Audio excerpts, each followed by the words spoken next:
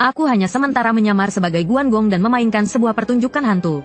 Ada yang memintaku untuk menjadi penjaga rumah, mengusir roh jahat. Hanya duduk di depan pintu semalaman dibayar 888. Tak disangka, tengah malam seekor musang datang mengadu. Dia berdiri tegak.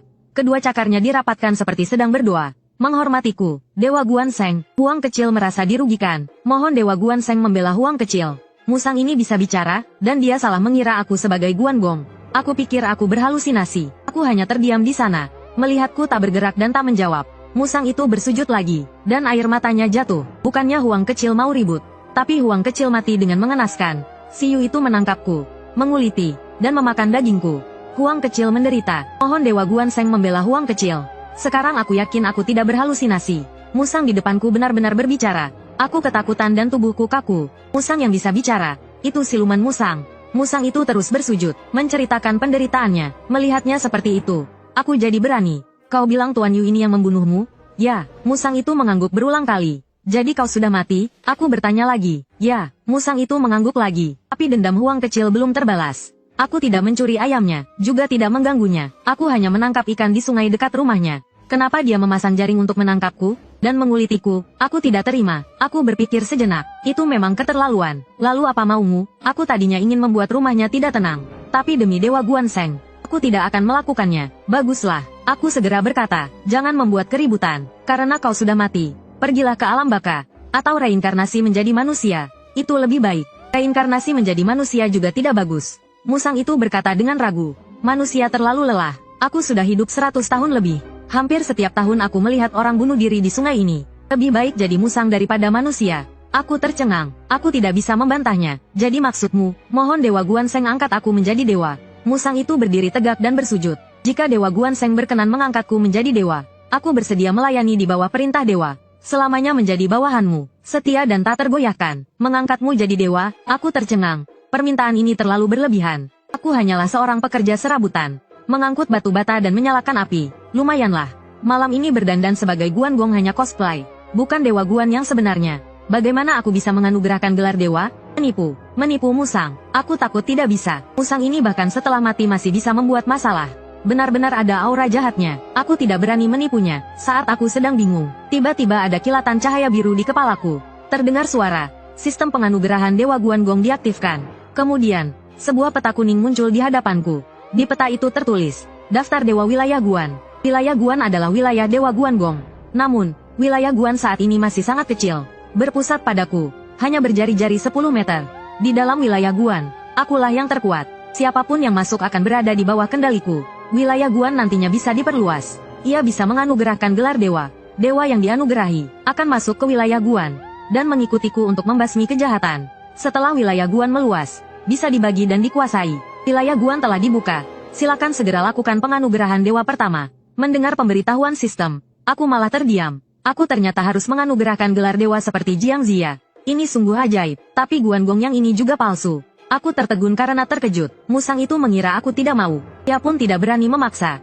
Huang kecil tahu aku tidak punya banyak jasa. Jika Dewa Guan benar-benar tidak mau menganugerahkan gelar dewa, tolong sampaikan kepada Tuan Yu, agar besok siang ia memberikan persembahan untukku. Bakar dupa untukku. Demi Dewa Guan, aku akan menganggap masalah ini selesai. Ia membungkuk padaku sekali lagi, lalu berbalik dan pergi dengan enggan. Aku merasa kasihan padanya dan ingin memanggilnya. Tapi aku hanya membuka dan menutup mulutku. Karena aku tidak tahu, apakah sistem penganugerahan Dewa Guan Gong ini nyata atau tidak. Aku membuka dan menutup wilayah Guan itu. Mencobanya beberapa kali. Sepertinya nyata. Ini membuatku terkejut sekaligus gembira. Hidupku sepertinya telah membuka babak baru. Keesokan paginya, Yurong membuka pintu tepat waktu. Ia melihat Zhu Jianfeng masih duduk di depan pintu sambil memegang pedang. Dan tampak bersemangat. Ia berkata dengan gembira, Xiao Zhu, apa kau lelah? Aku mendapatkan keberuntungan besar tadi malam. Mana mungkin aku merasa lelah? Xiao Zhu, masuklah dan mari kita sarapan bersama. Terima kasih, Tuan Yu. Aku pun tidak sungkan. Ada sesuatu yang harus kusampaikan kepada Tuan Yu. Apakah kau pernah membunuh seekor musang? Dan menguliti serta memakan dagingnya? Memang pernah. Sudah beberapa tahun yang lalu. Ia menatapku dengan sedikit terkejut. Xiao Zhu, bagaimana kau tahu? Jangan tanya lagi soal Pak Yu. Begini saja, siang ini kau siapkan beberapa hidangan dan 2 gelas anggur, bakar dupa wangi. Persembahkan untuk musang itu, dia tidak akan mengganggu lagi. Jadi yang mengganggu itu musang? Yurong tiba-tiba mengerti. Musang memang agak jahat. Waktu itu aku masih muda, tidak percaya tahayul. Sekarang aku menyesal. Menyesal sekarang belum terlambat. Aku menenangkannya. Pak Yu, siang ini persembahkan saja. Semuanya akan baik-baik saja. Baik, Yu Rong setuju. Tapi dia ada urusan. Siang ini dia harus menemui klien. Jadi dia menyuruh istrinya untuk mempersembahkannya. Istrinya juga percaya. Dia benar-benar menyiapkan anggur dan makanan. Tapi saat siang hari, putra Yu Rong, Yu Dongfeng, pulang. Dia juga membawa pacarnya. Yu Dongfeng bekerja di dinas tata kota. Pacarnya adalah guru di SMP 3 kabupaten. Mendengar ibunya ingin mempersembahkan sesajen, Yu Dongfeng tidak setuju. Dia merasa malu di depan pacarnya. Zaman sekarang masih percaya hal seperti ini? Bagaimana kalau Xiaoya berpikir keluarga kita percaya tahayul dan marah? Dia pasti akan keberatan. Istri Yu Rong berpikir perkataan putranya masuk akal. Dia berpikir untuk mempersembahkannya lain kali. Jadi dia menggunakan anggur dan makanan untuk menjamu pacar putranya. Ku dan Musang sudah janjian. Sudah kubilang akan dipersembahkan siang ini. Quan Kong adalah dewa yang menepati janji. Karena Quan Kong sudah berjanji, tentu saja dia tidak akan mengingkarinya. Musang itu datang di siang hari.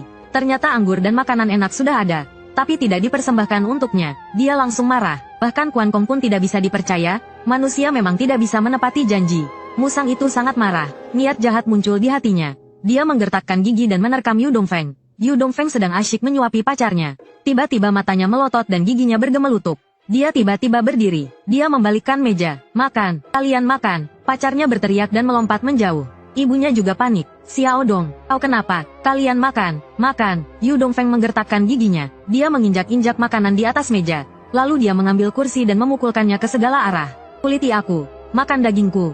Kalian tidak mau mempersembahkan sesajen. Keterlaluan. Dia berteriak sambil memukul dan menari seperti orang gila. Makan, kalian makan sampai puas. Pacarnya ketakutan. Ibunya tahu sedikit tentang apa yang terjadi. Dia buru-buru menelepon Yu Rong.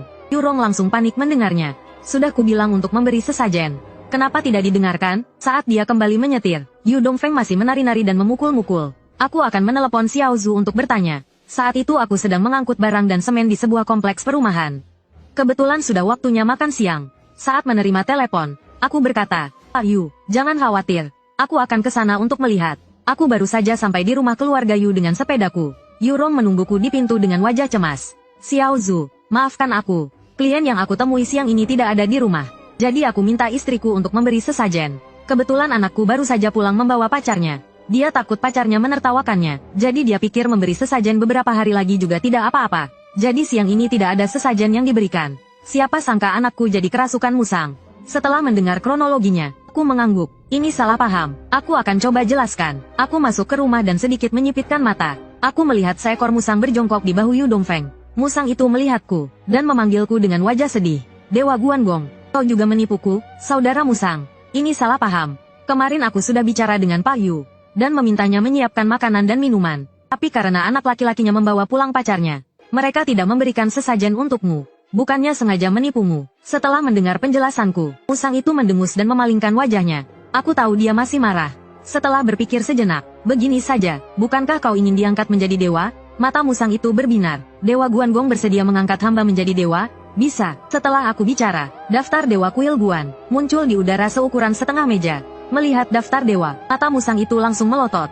Ia langsung melompat dari bahu Yu Dongfeng dan berlutut di depanku. Ia membungkuk dengan sangat hormat. Musang, kau ingin jadi dewa apa? Tanyaku. Terserah Dewa Guangong. Suara musang itu sangat hormat. Hamba bersedia melayani Dewa Guangong. Begitu ya, aku berpikir sejenak lalu berkata, kalau begitu, aku angkat kau sebagai panglima pelopor sayap kiri. Musang itu sangat gembira. Terima kasih, Dewa Guangong. Panglima pelopor sayap kiri. Huang Ermao memberi hormat kepada Dewa Guangong. Bangkitlah. Aku melambaikan tangan. Huang Ermao seketika masuk ke dalam daftar Dewa Kuil Guan. Ini bisa dibilang bawahan pertamaku. Saat Huang Ermao masuk daftar dewa, terdengar suara ding di kepalaku. Hadiah pertama keberhasilan pemanggilan dewa. Mata Phoenix. Sedikit kesemutan di antara kedua mata. Informasi didapatkan di benak. Mata Phoenix ini agak mirip dengan mata Phoenix milik Guangong. Atau bisa dibilang namanya diambil dari mata Phoenix Guangong. Mata Guangong sangat khas, sipit dan panjang. Biasanya selalu setengah terbuka. Saat menunjukkan kekuatannya, matanya tiba-tiba melotot. Jika tidak hati-hati, akan ditakutinya. Yang reaksinya lambat akan ditebas oleh Guangong. Seperti kata pepatah, Guangong tidak membuka mata.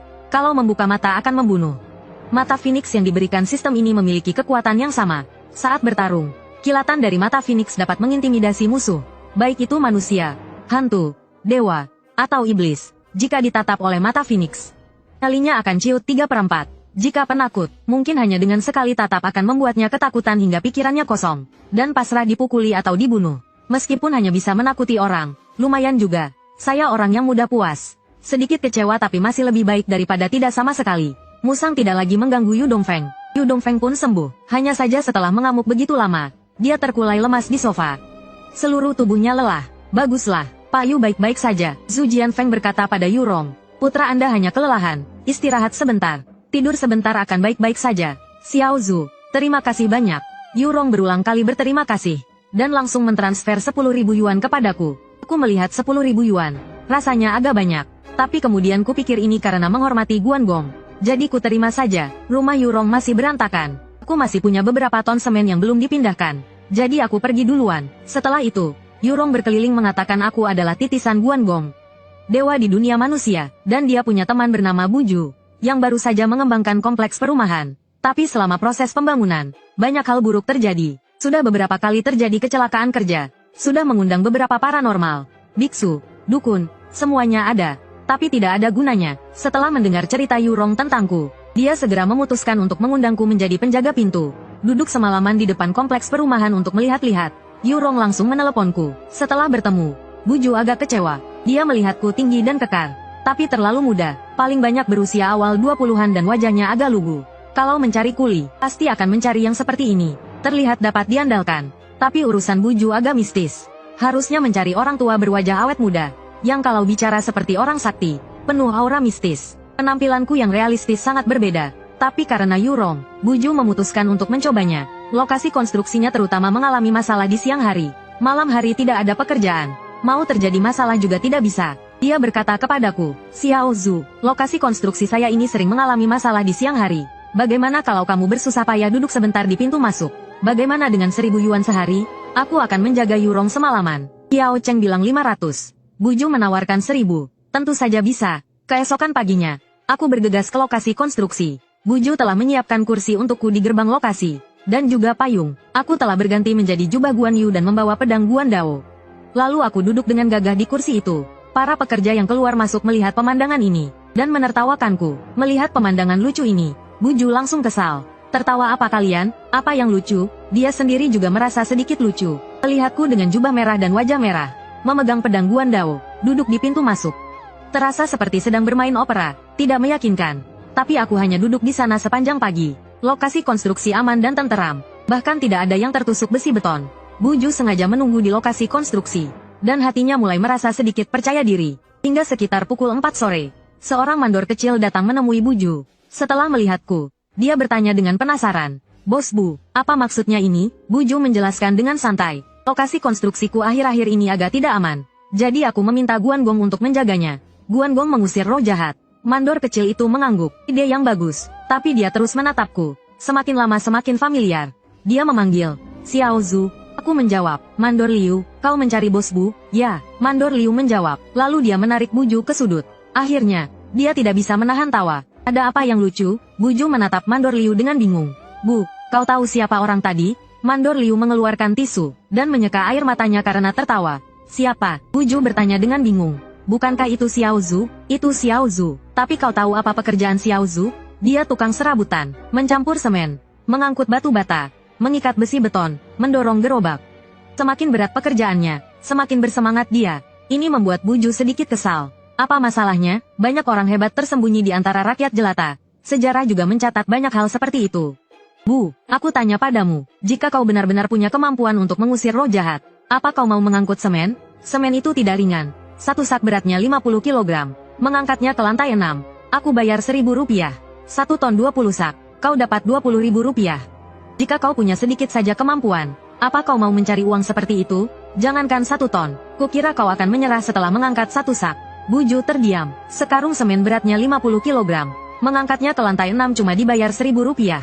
Susah sekali cari uang ya. Siapa yang kasih kamu ide ini? Mandor Liu bertanya melihat dia tertegun. Yu Rong, orang itu, Mandor Liu berseru. Dia pasti menipumu. Mungkin sekarang dia lagi ngumpet di pojokan. Sambil tertawa terbahak-bahak. Setelah dia bilang begitu, dan mengingat kelakuan Yu Rong sebelumnya, Buju langsung kesal. Seharusnya aku tidak percaya padanya. Dia merasa ditipu dan jadi bahan tertawaan.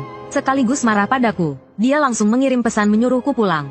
1.000 rupiah itu juga dia transfer padaku. Ini urusan Yurong menipunya, bukan urusanku. Aku dengan jujur duduk di depan gerbang proyek. Seharian di bawah terik matahari. Walaupun pakai payung, tetap saja panas. Uang ini tidak akan dia tahan. Aku menjawab dan menerima uangnya. Duduk lagi sampai jam 6 sore. Matahari terbenam, baru pulang. Di sisi lain, Buju sedang bersiap mencari masalah dengan Yurong. Tapi Mandor Liu berkata, proyekmu ini sering ada masalah.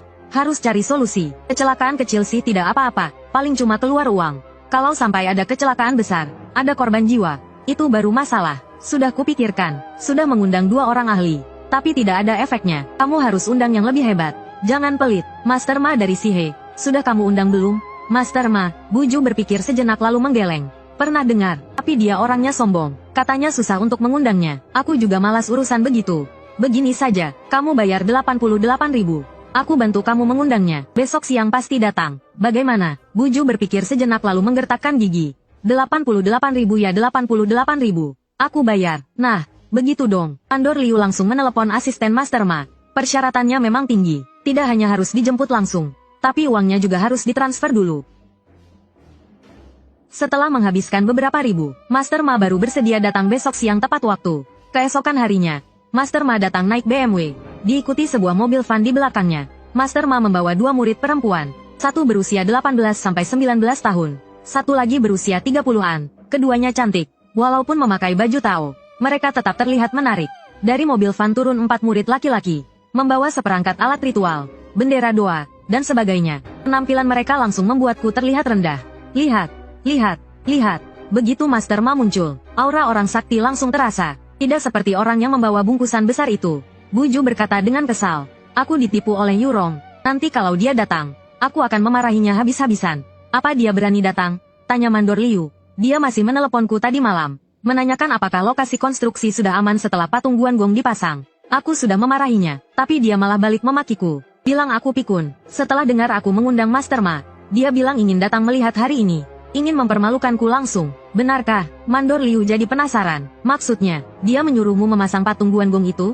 Bukannya itu lelucon? Entahlah, kata Buju dengan kesal. Kalau dia datang, bantu aku memarahinya. Saat mereka berbicara, Yurong datang dengan mobil Volkswagen hitam. Dengan wajah cemberut, dia langsung menunjuk Master Ma dan memaki. Seorang pendeta Tao membawa 2 murid perempuan. Wajah kedua murid perempuan itu penuh dengan gairah. Jelas-jelas tidak benar. Orang seperti ini bisa jadi master? Mandor Liu dan Buju belum sempat bicara, malah dimarahi duluan. Buju sampai tidak tahu harus berkata apa. Mandor Liu malah tertawa dingin. Perempuan tidak penting, yang penting punya kemampuan. Yurong juga tertawa dingin. Aku ingin lihat hari ini, apa Master Ma ini punya kemampuan. Saat itu, murid perempuan yang berusia 18-19 tahun datang. Bos Bu, katanya, guru saya bilang, lokasi konstruksi ini memang ada aura hantu. Guru saya akan memulai ritual jam 11:08 untuk menangkap hantunya. Setelah itu, tidak akan ada masalah lagi. Terima kasih, Master Ma, kata Buju buru-buru. Mandor Liu juga berkata, merepotkan Master Ma, asalkan roh jahatnya hilang, dan lokasi konstruksi aman, kami pasti akan memberikan ucapan terima kasih lagi. Kata-katanya membuat murid perempuan itu puas. Kalau begitu, saya akan lapor ke guru untuk memulai ritual. Dia berbalik dan berjalan, kakinya tersandung dan tiba-tiba terjatuh. Ternyata dia tidak memakai celana di balik jubahnya, sepasang kaki putihnya pun terlihat. Yurong tertawa terbahak-bahak, Buju tidak tertawa, Mandor Liu juga sedikit canggung. Setelah waktunya tiba, murid laki-laki Master Ma mempersiapkan altar dan melakukan ritual. Suasananya memang terlihat meyakinkan. Murid laki-laki memukul gong, gendang, dan meniup suling. Murid perempuan menari pedang, cukup indah. Master Ma memegang lonceng dan pedang di masing-masing tangannya. Dia melangkah dengan langkah Yu. Terlepas dari yang lain, gayanya memang terlihat meyakinkan. Ratusan pekerja yang hadir, semuanya tertegun. Lihat, inilah yang disebut aura. Mandor Liu mendengus dan melirik Yurong. Yurong juga mendengus. Gerakan indah apa gunanya? Entah indah atau tidak, yang penting bisa menakuti orang dan hantu. Itu sudah cukup. Mandor Liu agak tidak terima. Tapi saat dia berbicara, Master Ma tiba-tiba berteriak, dot dan menebaskan pedangnya ke bahu seorang murid perempuan. Murid perempuan itu jatuh ke tanah. Pedang kayu persik di tangannya juga patah. Master Ma kemudian membuang pedang yang patah. Dot dan mengangkat lonceng di tangannya, memukulkannya ke murid perempuan lainnya. Murid perempuan itu cukup cerdik. Dot dia langsung berbalik dan lari. Sambil berlari, dia berteriak, gawat, guru dirasuki roh jahat. Teriakan itu membuat semua orang panik. Master Ma dirasuki roh jahat. Roh jahat ini berani muncul di siang bolong. Sangat kuat, para pekerja dan orang-orang yang menonton. Melihat Master Ma mengamuk dengan pedangnya, semua ketakutan dan berhamburan melarikan diri. Dalam kepanikan, ada yang terkilir, Ada yang kehilangan sepatu. Ada juga anak-anak yang ketakutan jatuh ke tanah dan menangis. Buju dan ketiga temannya juga terkejut. Buju yang pertama bereaksi. Bagaimana ini? Mandor Liu tercengang. Dia juga tidak tahu harus berbuat apa. Yurong yang berpengalaman berteriak, cepat panggil Xiao Zhu. Terakhir kali aku juga seperti ini. Dirasuki, buruk-buruk memanggil Xiao Zhu untuk mengusir roh jahat itu. Baru tidak terjadi masalah besar. Kalau begitu aku telepon Xiao Zhu. Buju berkata sambil hendak menelepon. Lao Yu, kau lebih dekat dengan Xiao Zhu. Lebih baik kau yang telepon dia. Baiklah, Yurong kali ini tidak menolak. Dan langsung meneleponku. Aku kebetulan tidak terlalu jauh. Sedang mengangkut batu bata di lokasi konstruksi lain. Setelah menerima telepon Yurong, aku segera bergegas datang. Aku memakai jaket tua, celana digulung, dan memakai helm pengaman. Penampilanku jika dibandingkan dengan Master Ma, sungguh bagai langit dan bumi. Tapi Yurong dengan hormat bergegas menyambutku. Xiao Zhu, masalahnya gawat, Master Ma dirasuki roh jahat. Tolong pikirkan cara, kalau benar-benar jadi besar, proyek ini akan sulit dikerjakan. Dia tidak sengaja melebih-lebihkan. Sebelumnya hanya melukai orang sedikit-sedikit. Bisa dibilang tidak tenang, tapi juga bisa dijelaskan sebagai kecerobohan pekerja. Tapi dengan kejadian hari ini, orang awam pun tahu ada yang tidak beres. Siapa yang berani bekerja di lokasi konstruksi yang berhantu? Kalaupun proyek ini selesai dengan biaya tinggi, siapa yang berani membeli rumah berhantu? Buju tentu saja mengerti hal ini. Ia hampir menangis. Sedangkan Liu Baotou tampak putus asa. Ia tidak menyangka Master Ma yang terkenal itu, bukan hanya di Kabupaten Lin yang kecil ini, tetapi juga di dunia spiritual Sihe. Tidak hanya gagal menangani hantu itu, malah ia sendiri yang kerasukan. Bukankah ini lelucon? Tidak apa-apa, aku tampak tenang. Lirik Master Ma yang masih berlarian. Serahkan padaku, aku datang terburu-buru, tidak memakai jubah Tao dan tidak membawa pedang. Tapi mungkin mata Phoenix bisa digunakan. Aku berjalan menghampiri Master Ma. Master Ma langsung menyerbu ke arahku dengan pedangnya. Saat ia berjarak sekitar 5 atau 6 meter, Buju dan yang lainnya yang melihat dari kejauhan menjadi cemas. Namun, aku menatap Master Ma dengan dingin. Tiba-tiba aku berteriak, makhluk jahat dari mana kau berasal? Enyahlah. Sambil berkata, mataku yang menyipit tiba-tiba terbuka lebar. Mata Phoenix diaktifkan. 2 kilatan cahaya dingin keluar dari mataku. Hal yang tak terduga terjadi selanjutnya. Saat berikutnya, aku melotot dengan mata Phoenix Guangong. 2 kilatan cahaya dingin keluar dari mataku. Master Ma tertegun, lalu tiba-tiba jatuh terlentang. Seutas ki hitam keluar dari tubuhnya, masuk ke dalam tanah dan menghilang. Aku menghela napas lega. Saat ini, selain gulungan Dewa Guan Yu, aku hanya punya mata Phoenix Guangong. Jika tidak bisa menakuti makhluk jahat itu, aku benar-benar tidak tahu harus berbuat apa. Tentu saja aku tidak takut. Jika aku membuka domain Guan Yu, meskipun makhluk jahat itu berani masuk, ia tidak akan bisa melukaiku. Master Ma terbaring di tanah sejenak, lalu tiba-tiba membuka matanya dan bangkit. Ia melirikku tanpa berkata apa-apa, lalu berbalik pergi. Beberapa muridnya ada di dekat mobil. Jelas-jelas ingin meninggalkannya dan melarikan diri karena situasinya buruk.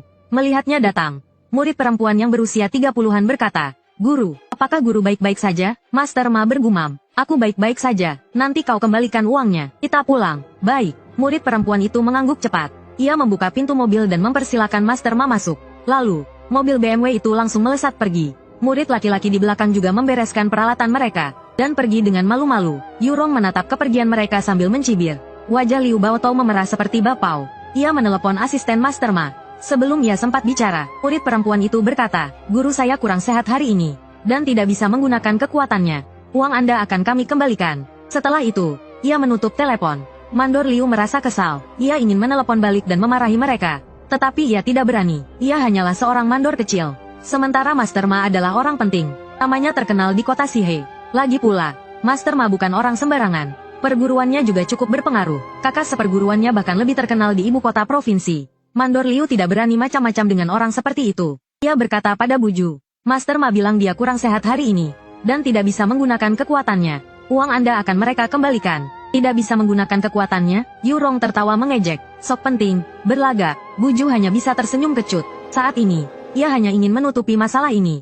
Uang dikembalikan atau tidak, ia tidak peduli. Bagaimana ia harus menyelesaikan masalah ini? Ia menoleh ke Yurong, seolah meminta bantuan. Yurong bertanya, Zhu kecil, apakah kau sudah mengusir makhluk jahat itu? Belum, aku menggeleng, hanya mengusirnya sementara. Buju terkejut, masih di sini, lalu bagaimana? Masalah ini, kumohon padamu, Zhu kecil, tolong usir makhluk jahat itu.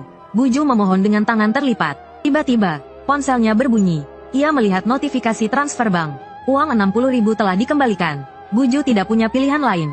Ia menambahkan 40.000 lagi. Total 100.000. Ia langsung mentransfernya kepadaku. Master Zhu, 100.000. Tolong bantu saya. Jumlah itu mengejutkanku. Tanpa ijazah dan keahlian, aku harus bekerja keras selama 2 atau bahkan 3 tahun untuk mendapatkan jumlah itu. Namun, aku berusaha tetap tenang. Akan ku coba. Aku akan pulang untuk bersiap-siap. Nanti malam aku akan datang dan menginap untuk melihat-lihat. Saat ini, aku hanya punya jimat Guan Yu dan mata Phoenix. Kurasa untuk mengusir makhluk itu sepenuhnya, aku mungkin perlu meminjam kekuatan Dewa Guan Yu. Yu Rong berkata dengan gembira, jika Zhu kecil menginap, pasti berhasil. Di rumahku dulu, Zhu kecil juga menginap semalam. Buju menangkupkan tangannya. Terima kasih, Master Zhu.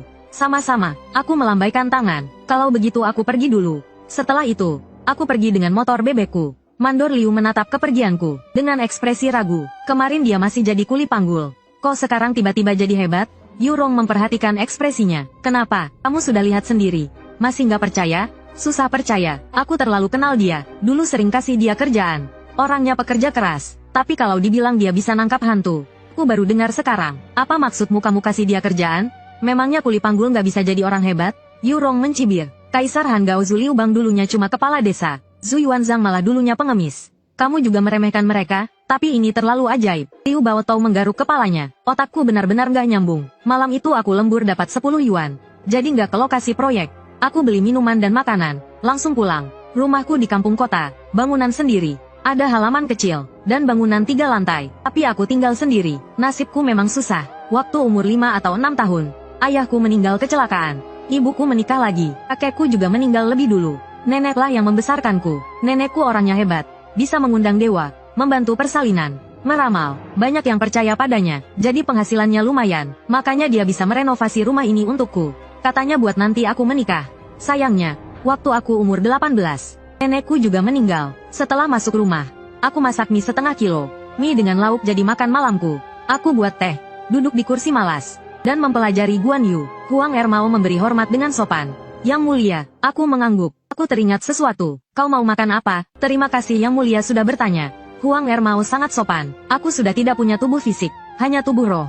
Tidak perlu makan. Dan di dalam wilayah Yang Mulia, cakar-cakarku sepertinya jadi lebih padat. Dulu hanya bisa merasuki, sekarang bisa mencakar orang. Ia sambil mengangkat cakarnya, berpura-pura mencakar. Jadi fungsi pengangkatan dewa di wilayah ini seperti ini. Aku tiba-tiba mengerti, roh yang dikumpulkan, dan ditulis di daftar pengangkatan dewa. Setelah menyerap energi dewa, bisa menampakkan diri. Pantas saja daftar pengangkatan dewa Jiang Taigong baru berfungsi setelah pengangkatan dewa selesai. Mungkin prinsipnya sama. Huang Er mau melihatku termenung, menganggap aku sedang memikirkan kejadian siang tadi. Yang Mulia, kau sedang memikirkan hantu di lokasi konstruksi itu? Ya, aku kenal hantu itu. Kau kenal? Aku kaget sekaligus senang. Sudah beberapa kali bertemu, jadi agak akrab. Hantu itu sebenarnya tidak jahat. Dia adalah kepala desa di sini 400 tahun yang lalu. Saat bajak laut Jepang menyerang, dia memimpin penduduk desa melawan dan mati di tangan mereka. Untuk mengenangnya, penduduk desa membangun sebuah kuil untuknya, dan dia dipuja selama beberapa dekade. Sayangnya, kemudian dinasti Qing menggantikan dinasti Ming, dan kuilnya dihancurkan. Dia tidak lagi dipuja. Akhirnya, dia tidak menjadi dewa. Dia hanya roh setengah jadi. Tapi dia jauh lebih kuat daripada hantu biasa. Itu sebabnya dia bisa keluar di siang hari. Pantas saja dia berani membuat masalah di siang hari. Jadi begitu, dengan penuh semangat, aku bertanya lebih banyak tentang hal-hal spiritual kepada Huang Er Mau. Kami mengobrol sampai malam tiba. Lalu aku berkata, Huang tua, ayo kita temui kepala desa Sun itu. Mudah saja, nanti aku panggil dia, dan dia akan muncul. Kita bicara baik-baik dengannya dan tanyakan alasannya. Kita cari tahu kenapa dia membuat masalah. Tadinya aku tidak punya banyak cara. Sekarang ada Huang Er Mau, seorang kenalan yang bisa diajak bicara. Bagus sekali, aku mengendarai motor ke lokasi konstruksi. Karena masalah makhluk jahat itu, lokasi konstruksi itu sepi. Tidak ada seorang pun. Aku memarkir motorku, turun, dan membuka gerbang dimensi untuk melepaskan Huang Er Mau. Yang Mulia, aku akan mencarinya. Sambil berkata begitu, dia melesat pergi. Tidak lama kemudian, Huang Er Mau kembali dengan seseorang yang berpakaian seperti orang zaman dulu. Orang ini bertinggi sedang, mengenakan pakaian kuno, berusia sekitar 40 atau 50 tahun, dan berjanggut. Huang Er Mau membawa orang itu ke hadapanku. Kepala desa Sun, ini tuanku. Dia adalah pewaris Guanseng. Dia diutus Dewa Guanseng untuk mengangkat dewa. Jadi, Anda murid Dewa Guanseng. Kepala desa Sun menangkupkan tangannya memberi hormat. Sun Yuan memberi hormat. Sebelumnya, saya tidak tahu telah menyinggung Anda. Mohon Tuan Zhu maafkan saya. Dia adalah roh setengah jadi. Jadi dia bisa melihat dan mendengar apa yang terjadi di dunia. Dia tahu bahwa sekarang orang-orang dipanggil Tuan. Kepala desa Sun terlalu sopan. Aku segera membalas hormatnya. Aku dengar dari Huang Tua bahwa kepala desa Sun adalah pahlawan anti bajak laut Jepang. Saya sungguh kurang ajar. Tuan Zhu terlalu sopan. Sun Yuan kembali memberi hormat. Tuan Zhu datang kemari untuk urusan lokasi konstruksi, kan? Ya, aku mengangguk. Kepala desa Sun adalah pahlawan anti bajak laut Jepang yang melindungi desanya. Tapi apa masalahnya dengan lokasi konstruksi ini? Apakah mereka menyinggung Anda? Mereka keterlaluan, kata Sun Yuan dengan marah. Lokasi proyek itu dulunya tempat kuil saya. Guci abu saya ada di belakang kuil. Mereka menggali tanah dengan ekskavator. Setelah digali, gucinya hancur berkeping-keping. Mereka tidak peduli, langsung dimasukkan ke truk dan dibuang keluar kota. Abunya juga berserakan. Oh, begitu ceritanya. Ini keterlaluan. Apakah abunya masih bisa ditemukan? Tidak bisa. Sudah berserakan dan tercampur dengan tanah. Tidak mungkin ditemukan lagi. Saya jadi sedikit bingung. Sebenarnya abu itu tidak penting, kan? Kepala desa Sun, Anda sudah menjadi roh dan menerima dupa. Tubuh roh Anda sudah padat. Anda tidak membutuhkan tubuh fisik lagi. Apalagi abu. Memang tidak dibutuhkan lagi. Saya hanya kesal dengan perbuatan mereka. Terkadang saya mengerjai mereka kalau sedang marah.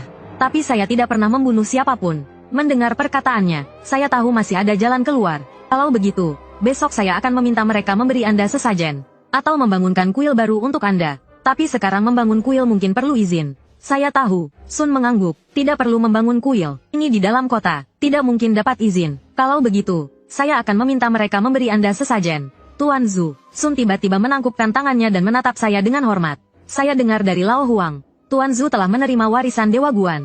Mewakili Dewa Guan untuk menganugerahkan gelar dewa dan membuka wilayah dewa. Saya punya permintaan. Bisakah Tuan Zhu mengabulkannya? Wajah saya mungkin terlihat polos. Tapi saya tidak bodoh. Mendengar perkataan Sun, saya tahu apa maksudnya. Silakan, Kepala Desa Sun. Saya mohon Tuan Zhu menganugerahkan gelar dewa kepada saya. Saya bersedia mengabdi pada Dewa Guan. Dan melayani Tuan Zhu. Benar-benar seperti dugaanku. Saya sudah menduganya dan tidak menolak. Lalu mengangguk. Sun sangat gembira. Dia membetulkan pakaiannya dan bersujud. Sun memberi hormat. Tuan. Panggilan Tuan. Cocok dengan kebiasaan zaman Dewa Guan. Saya senang mendengarnya dan membalas hormatnya. Silakan bangun. Kepala Desa Sun. Anda ingin dianugerahi gelar dewa apa? Wajah Sun terlihat bersemangat. Terserah Tuan saja. Saya jadi bingung. Sun orang yang pintar. Bagaimana kalau menunggu saya berjasa di bawah Tuan? Baru kemudian dianugerahi gelar? Boleh juga. Saya pikir itu benar. Kalau begitu, ikuti saya masuk ke daftar. Wilayah Guan saya, kata Huang Ermao, adalah wilayah dewa. Kan ada manfaatnya bagi Anda sebagai setengah roh. Mungkin bisa sepenuhnya memadatkan tubuh Yin. Menjadi Dewa Yin. Sun Yuan sangat gembira. Terima kasih, Tuan. Dia baru saja akan bergerak, tetapi berbalik dan berdiri diam. Tuan, rencana pemilik proyek konstruksi ini adalah meminta Anda untuk menyelesaikan masalah saya, kan? Ya, saya mengangguk, karena Anda telah diangkat menjadi dewa. Bukankah masalah ini sudah terselesaikan? Tapi orang lain tidak tahu. Terutama para pekerja dan sebagainya. Mereka tidak tahu bahwa masalahnya telah terselesaikan. Pasti masih menyebar rumor di mana-mana. Itu masalahnya. Huang Ermao menyela. Saya juga mengerutkan kening. Kepala Desa Sun, apakah Anda punya ide? Ide saya adalah, saya tidak akan masuk ke daftar dewa dulu. Besok saya akan bekerja sama dengan Tuan untuk memainkan sandiwara. Saya telah menerima dupa dan memiliki sedikit sihir. Ada tulang ular di bawah tanah ini.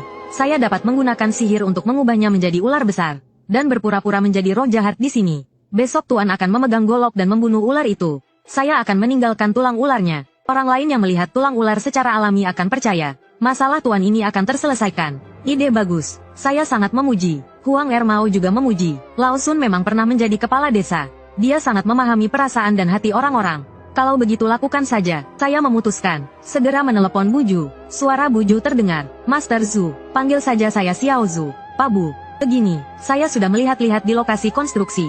Buju bertanya dengan cemas. Bagaimana, Master Zhu, apakah roh jahat itu masih ada? Saya menjawab Buju dengan yakin. Masih ada. Dia terkejut. Suaranya sedikit gemetar. Lalu bagaimana? Apakah lokasi konstruksi saya ini tidak bisa digunakan lagi? Tidak perlu sampai seperti itu. Jangan khawatir, Pak Bu. Saya bisa menyelesaikan masalah ini. Buju sangat gembira. Bagus sekali. Tolong, Master Zhu, apakah ada yang perlu saya lakukan? Tidak perlu yang lain. Besok siang pukul 11:10. Saya akan memegang golok dan meminta Dewa Guan Seng Dijun merasuki saya untuk membunuh roh jahat itu. Anda tinggal sebarkan beritanya saja. Siapapun yang ingin melihat kekuatan Dewa Guan Seng Dijun boleh datang. Meminta Dewa Guan Seng Dijun merasuki. Membunuh roh jahat itu. Bagus sekali. Buju sangat gembira. Aku akan segera mengirim pesannya. Setelah menutup telepon, dia langsung mengirim pesan ke banyak grupnya yang berantakan. Dia mengirim pesan ke setiap grup. Saat berikutnya, semua grup yang menerima pesan itu gempar. Dewa Guan Yu merasuki dirinya. Keren banget, ku dengar dia cuma buruh rendahan. Aku tidak percaya dia bisa memanggil Dewa Guan Yu. Namun, apa yang terjadi besoknya, menamparkan muka semua orang.